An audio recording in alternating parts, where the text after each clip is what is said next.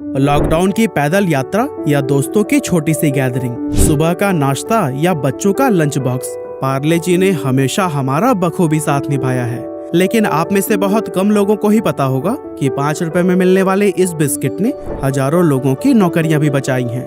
और इस कारनामे की वजह से लोगों के दिलों में पार्ले जी की इज्जत और भी ज्यादा बढ़ गई है। अब क्या है पूरा मामला, आइए इस वीडियो के अंदर हम डिटेल में जानते हैं।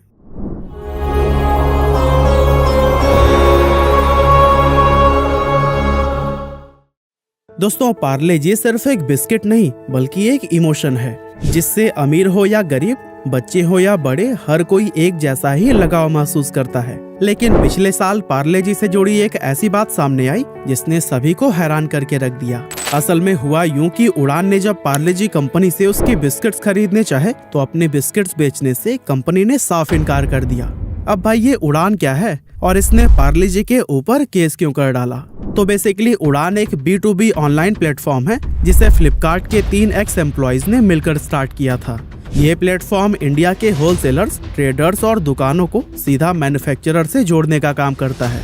मतलब एक एग्जांपल से समझते हैं, आपके आसपास जो किराना स्टोर्स है ना, वहाँ तक कोई भी सामान 4 स्टेप्स के थ्रू मिलता है।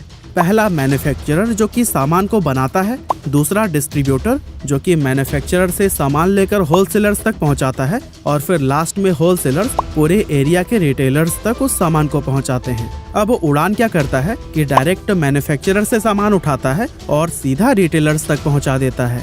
यानी बीच के जो 2 स्टेप्स है ना, उसको उड़ान खत्म कर देता है। वैसे ये आइडिया बुरा तो बिल्कुल भी नहीं है, इसीलिए उड़ान आज के टाइम पर एक फास्टेस्ट ग्रोइंग यूनिकॉर्न स्टार्टअप्स में से एक है, जहां इस प्लेटफॉर्म पर लाखों प्रोडक्ट और बिजनेसेस इससे जुड़े हुए हैं। लेकिन हैरानी की बात तो ये है कि इतने बड़े पोर्टल पर पार्ले जी अवेलेबल ही नहीं था, जो कि देश के हर कोने में बहुत ही आसानी से मिल जाता है। इसीलिए उड़ान ने पार्ले से कांटेक्ट किया और उसे ऑफर दिया कि हम आपके प्रोडक्ट को डायरेक्ट आपसे खरीदकर सीधे रिटेलर्स तक पहुंचा देंगे, जहां बीच में किसी भी तरह का मिडलमैन नहीं होगा और ना ही उन्हें कुछ कमीशन देना पड़ेगा। अब देखा जाए तो शायद ही कोई ऐसा बिजनेस होगा जिसके पास कस्टमर खुद चलकर आए और वो अपना सामान बेचने से इनकार कर दे, वो भी तब जब उसे नॉर्मल से ज्यादा प्रॉफिट मिल रहा हो। लेकिन पार्ले ने उड़ान को अपने बिस्किट्स बेचने से साफ मना कर दिया।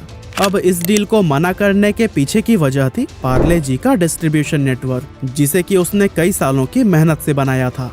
और इस नेटवर्क में हजारों लोग जुड़े थे जो कि पार्ले जी को देश के हर कोने तक पहुंचाने के लिए दिन रात मेहनत कर रहे थे। ऐसे में पार्ले ने उड़ान से कहा कि हमारे सभी डिस्ट्रीब्यूटर्स हमारे लिए इम्पोर्टेंट स्टेक होल्डर्स हैं और हम उन्हें थोड़े से फायदे के लिए बाहर नहीं निकालेंगे। और अगर आपको हमारा बिस्किट चाहिए ही तो आप हमारे किसी भी डिस्ट्रीब्यूटर से ले सकते हैं।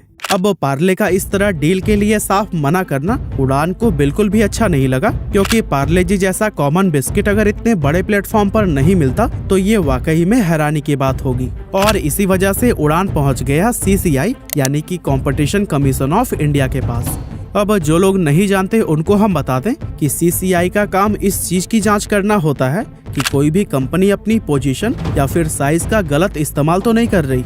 उड़ान ने CCI के पास जाकर पार्ले जी के खिलाफ सेक्शन ऑफ द एक्ट 3 के उल्लंघन का केस फाइल कर दिया और पार्ले पर डील से इनकार करने और बिजनेस करने से रोकने का आरोप लगाया। साथ ही उनकी तरफ से ये भी कहा गया कि भारत में ग्लूकोज बिस्किट के लिए एक बहुत बड़ा बाजार है, जिसमें पार्ले जी लगभग 83% का हिस्सेदार है। इसीलिए वो अपनी मोनोपोली का गलत इस्तेमाल करके हमारा नुकसान कर रहा है, क्योंकि पार्ले का इस तरह बिस्किट ना देने के फैसले का असर हमारे बिजनेस पर हो रहा है। उड़ान का ये भी कहना था कि जब लोग हमारे प्लेटफॉर्म पर जाएंगे और पार्ले जी सर्च करेंगे तो फिर कोई भी रिजल्ट शो नहीं करेगा। अब इतना कॉमन बिस्किट जो हर दुकानदार को ही चाहिए, जब वही नहीं मिलेगा तो फिर लोग हमारा प्लेटफॉर्म छोड़कर चले जाएंगे और इससे हमें भारी नुकसान का सामना करना पड़ सकता है। अब इन एलिगेशंस का जवाब पार्ले जी ने यह कहते हुए दिया कि हमारा टोटल बिस्किट कैटेगरी में सिर्फ 27% मार्केट शेयर है, इस वजह से यहाँ पर कोई मोनोपोली वाली बात तो है ही नहीं। साथ ही हमने उड़ान को बिस्किट खरीदने से नहीं रोका है, बल्कि उनसे यह कहा है कि बिस्किट चाहिए तो वो हमारे डिस्ट्रीब्यूटर से ले लें, जैसा कि बाकी बिजनेसेस इतने सालों से करते आ रहे हैं। अब इस मामले को सुनने के बाद से कंपटीशन कमीशन ऑफ इंडिया ने यह फैसला सुनाया कि टोटल बिस्किट कैटेगरी में 27% का मार्केट शेयर होने की वजह से ये बिल्कुल भी नहीं कहा जा सकता कि पार्ले जी के पास मार्केट की पावर नहीं है। लेकिन ब्रिटानिया, ITC और पतंजलि जैसे कई सारे ऐसे ब्रांड्स भी मौजूद हैं जो कि इसको टक्कर दे रहे हैं और इसी वजह से पार्ले जी की मोनोपोली से इनकार किया जाता है। इसके अलावा उन्होंने ये भी कहा कि उड़ान एक ऑनलाइन B2B प्लेटफॉर्म है जहां पर कई सारे प्रोडक्ट्स मौजूद हैं और अगर सिर्फ बिस्किट कैटेगरी की ही बात की जाए तो वहां पर पहले से ही काफी सारे ब्रांड्स के बिस्किट अवेलेबल हैं। ऐसे में उड़ान पार्ले के प्रोडक्ट्स पर पूरी तरह से निर्भर नहीं है और ना ही ये उसके लिए एक मस्ट स्टॉक आइटम है। इसीलिए अगर पार्ले चाहेगा तो अपना प्रोडक्ट डायरेक्टली सेल करेगा और अगर नहीं चाहेगा तो ऐसे में उड़ान को ये बिस्किट डिस्ट्रीब्यूटर से ही लेने होंगे। इस तरह से उड़ान ये केस हार गया और पार्ले जी की जीत हुई।